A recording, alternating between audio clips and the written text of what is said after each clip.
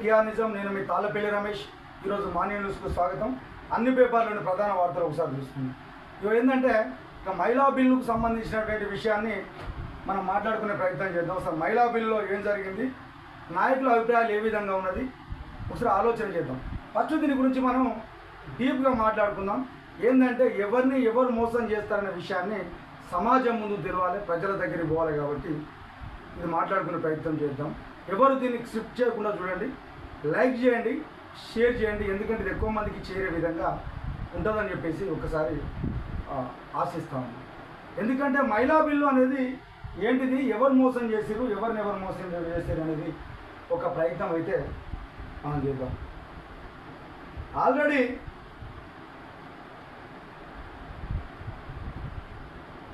ఈ మహిళా reservation bill 2023లో దీన్ని ఆమోదించారు.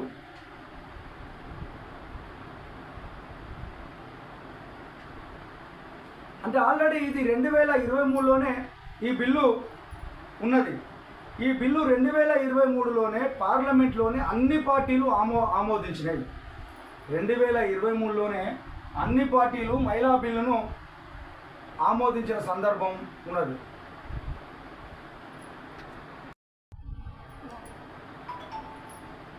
దయచేసి అందరూ వినే ప్రయత్నం చేయండి. ఆల్రెడీ ఇది 2023లోనే దీన్ని ఆమోదించింది. 2023లోనే మహిళా బిల్లు అనేది ఆమోదం పొందింది. అయితే ఆమోదం పొందిన బిల్లు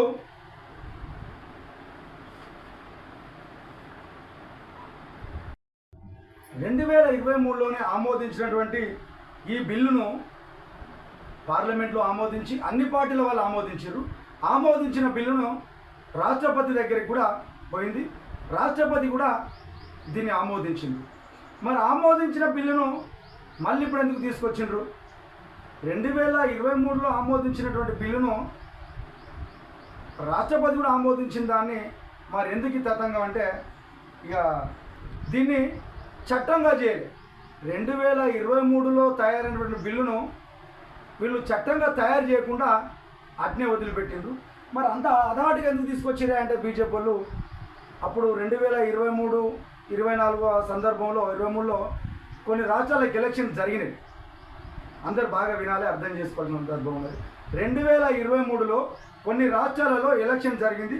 అది మన తెలంగాణ ప్రాంతంలో కూడా 2023లోనే జరిగినాయి. 2024లో కూడా ఎలక్షన్ జరిగింది, దేశం మొత్తం జరిగింది. ఈ పార్లమెంట్ ఎలక్షన్ జరిగింది, అందరికీ తెలుసు. అంటే పార్లమెంట్లో లబ్ధి పొందడం కోసం వాళ్ళు బిల్లు అయితే తీసుకొచ్చిండ్రు.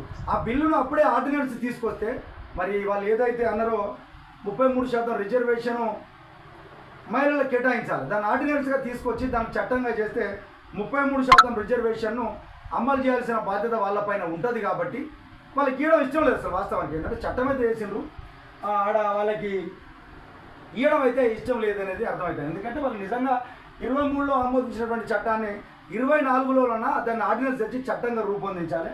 కానీ వాళ్ళు ఆ ప్రయత్నాలు అయితే చేయకుండా అప్పుడు ఏం చేసారు, అడావుడు చేసిండ్రు. అప్పుడు ఏం చేసారు వాళ్ళు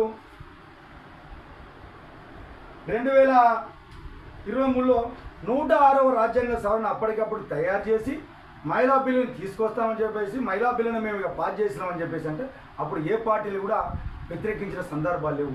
కాంగ్రెస్ కానీ బీఆర్ఎస్ కానీ అప్పుడు ఉన్నటువంటి ఏ పార్టీలు కూడా దాన్ని వ్యతిరేకించలేదు. ఎందుకంటే అన్ని పార్టీలు మహిళలను గౌరవించినాయి.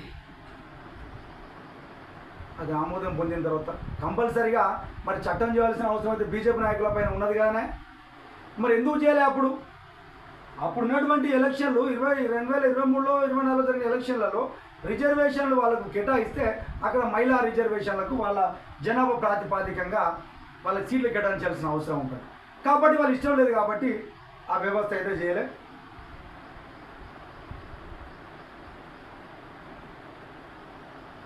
అది చట్టంగా రూపొందించారు.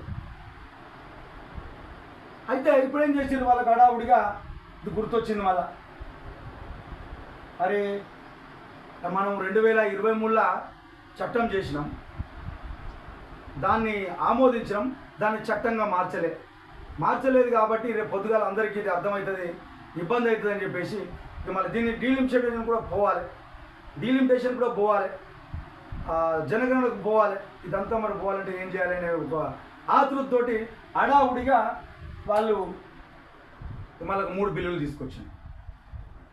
మొన్న 16వ తారీఖు నాడు పార్లమెంటులో వాళ్ళు బుల్లి పెట్టిన 3 బిల్లులు పెట్టిండ్రు. ఇప్పుడు మహిళా రిజర్వేషన్ బిల్లు, ఇంకోటి డీలిమిటేషన్ బిల్లు, ఇంకోటి మొత్తం కలిపి 3 బిల్లులను చేసిండ్రు. అయితే ఇలా లోపం ఉన్నదని చెప్పేసి వీళ్ళు ఇప్పుడు దీనికి ఆలోచించడానికి ఏం చేసిర్రు, దీన్ని గెజెట్ చేయాలి,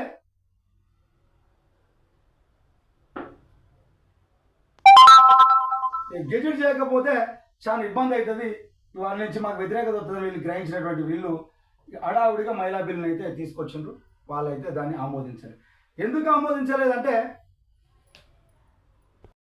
అయితే ఇక్కడ ఉన్నటువంటి పార్టీలు, ఆ కాంగ్రెస్, ఆ తమిళనాడు వాళ్ళు వీళ్ళంతా కలిసి కొన్ని పార్టీలు ఏం చేశారో దీనిలో ఉన్నటువంటి మద్దలాపు గుర్తించారు. అరే ఏందే అప్పుడు పెట్టలేదు, ఇప్పుడు కథ చేస్తాను, మళ్ళీ డీలిమిటేషన్ ప్రక్రియను ముందు పెట్టారు. డీలిమిటేషన్ ప్రక్రియ చేయాలంటే మరి ఈ జనాభా లెక్కలు చేయాలి, ఇవన్నీ చేయాలి కాబట్టి మళ్ళీ తతంగం అవుతుంది. ఈ బిల్లు పాస్ కావాలంటే ఇప్పుడే 3 బిల్లులు అయితే తీసుకొద్దామని చెప్పేసి వాళ్ళ 3 బిల్లులు తీసుకొచ్చి దాన్ని గ్రహించినటువంటి మిగతా పార్టీలు దాన్ని వ్యతిరేకించినాయి. అలా 2/3 ఆమోదించాలి, దీన్ని ఆమోదం పొందలేదు. అందులో 298 మంది ఏమో బిల్లుకు ఆమోదించారు, 230 మంది ఏమో దీనిలో ఉన్న లోపాలను గ్రహించి దీన్ని వ్యతిరేకించారు. ఆ వ్యతిరేకించడం వల్ల బిల్లు పాస్ కాలే. ఈ బిల్లు పాస్ కాకపోలేదు, ఎందుకంటే 53-54 ఓట్లు అయితే వస్తే ఆ బిల్లు పాస్ అయ్యేది. కానీ బిల్లు పాస్ కాలే, ఎందుకంటే 23లో జరిగిన, ఒకవేళ నిజంగా వీళ్ళకి చిత్తశుద్ధి ఉంటే, బీజేపీ పార్టీ నాయకులకు కానీ బీజేపీ పార్టీ ప్రభుత్వానికి చిత్తశుద్ధి ఉంటే 2003 దానికి కనీసం 2004లోనన్నా దీనికి చట్టం తేవాల్సిన పని ఉండే. కానీ వాళ్ళకి ఇష్టం లేక ఆ పని చేయలేకపోయిండ్రు. ఇంకా ఇప్పుడేమో డీలిమిటేషన్ ప్రక్రియకు వచ్చింది. ఇప్పుడు తప్పకుండా డీలిమిటేషన్ ప్రక్రియ చేయాలి.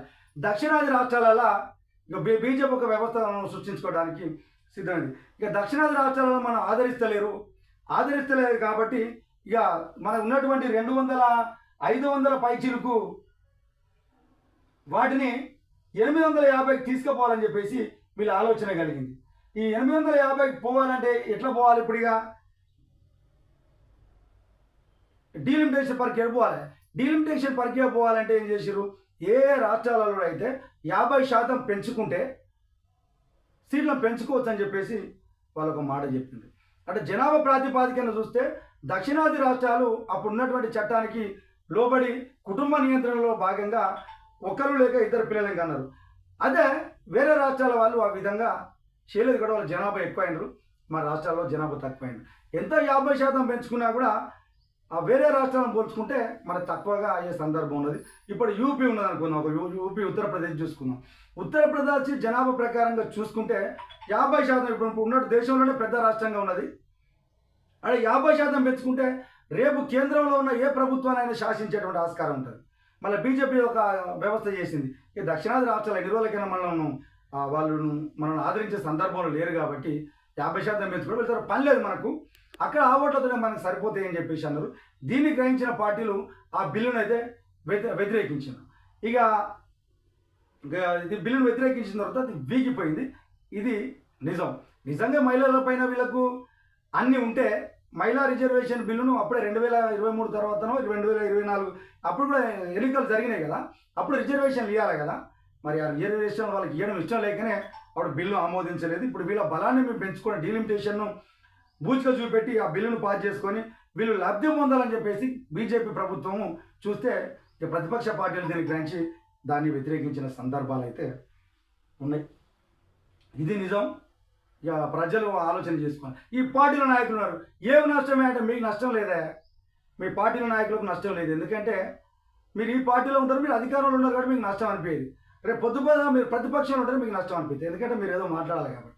ఈరోజు అక్కడ రాజ్యాంగ పదవుల్లో ఉన్నారు కాబట్టి మీరు అన్నీ ఆడ పొందుతూ ఉన్నారు కాబట్టి మీకు ఏ ఇబ్బంది లేదు. కానీ రేపు ముందు తరాలకు ఏ విధంగా ఉంటుంది, రేపు రాష్ట్ర ప్రయోజనాలను చేకూర్చాలంటే ఏ విధంగా ఉండాలి, దీన్ని గ్రహించిన ప్రతిపక్ష పార్టీలు అన్నీ కలిసి దీని బిల్లును వ్యతిరేకించిన సందర్భాలు ఉన్నాయి.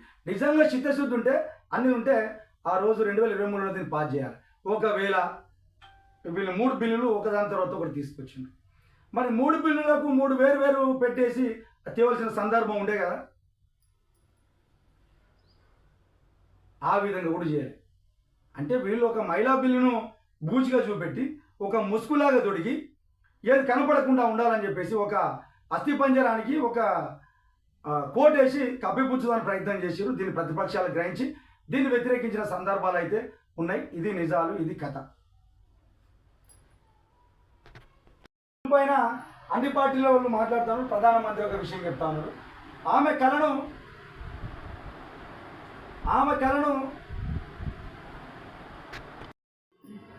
కళను చిదిమేశారు. విపక్షాలకు మహిళలు బుద్ధి చెప్పాలి. మహిళా బిల్లును అడ్డుకోవడం భ్రూణహత్య. వీగిపోయిన మహిళా రిజర్వేషన్ బిల్లు ఈ పాపం కాంగ్రెస్, టీఎంసీ, ఎస్పీ ప్రధాన దోషులని తీవ్రంగా విమర్శించింది. ప్రతి సంస్కరణను కాంగ్రెస్ అడ్డుకుంటుంది. రిజర్వేషన్ కోసం పోరాటం ఆపోబోము. మహిళలందరికీ క్షమాపణ చెప్పిన మోడీ పెద్ద తప్పు చేశారు. ఆ బిల్లును అడ్డుకుని విపక్షాలు తప్పు చేశారు. కేంద్ర ఉద్యోగాలకు 2% డిఏ పెంపు కేబినెట్ భేటీలో ప్రధాని మోదీ చూసినా అని చెప్పి ప్రధానమంత్రి గారు చెప్తా ఉన్నారు. లోకసభలో మహిళా రిజర్వేషన్ సంబంధించిన 31వ రాజ్యాంగ సవరణ బిల్లు ఆమోదం పొందకపోవడంతో దేశాన్ని ఉద్దేశించి మహిళలు ఉద్దేశించి మన నరేంద్ర మోడీ గారి వాదన అయితే తీసుకొచ్చింది. 2023లో తీసుకొచ్చినటువంటి బిల్లును మేము 24లో పాస్ చేయలేకపోయినాం అనే మాట మాత్రం చెప్పలేదు. కానీ ప్రతిపక్షాలు దాన్ని విమర్శిస్తానని నేను చెప్తాను. ఏది నిజం ఏది అబద్ధం అనేది ప్రతిపక్షాలు ఆలోచన చేయాలి. ఇక తమిళనాడు ముఖ్యమంత్రి కూడా ఒక మాట చెప్తారు. నల్ల చట్టంపై విజయం, రాజ్యాంగ సవరణ బిల్లు వీడిపోవడం ఆనందం, దేశాన్ని విభజించే కుట్రను ఆపారు, వారందరికీ ఎన్నో కృతజ్ఞతలు, ఎక్స్వేదికగా స్టాలిన్ అని చెప్పేసి అదొక వార్త ఇచ్చారు. ఇక మన ముఖ్యమంత్రి రేవంత్ రెడ్డి గారు కూడా ఈ బిల్లు ముసుగులో డీలిమిటేషన్ చేయడానికి ప్రయత్నం చేశారు. ఏది మహిళా బిల్లు రిజర్వేషన్ ముసుగులో దానికి ఒక తొడుగు తొడిగి, ఆ అస్థిపంజరానికి ఒక తొడుగు తొడిగి ఆ బిల్లును డీలిమిటేషన్ చేయాలని ప్రయత్నం చేశారు. మహిళా రిజర్వేషన్లో చిత్తశుద్ధి లేదు కాబట్టి దక్షిణాది రాష్ట్రంలో దెబ్బతీసే కుట్రనే అడ్డుకున్నాం. చిత్తశుద్ధి ఉంటే కేవలం మహిళా బిల్లును తేవాలి.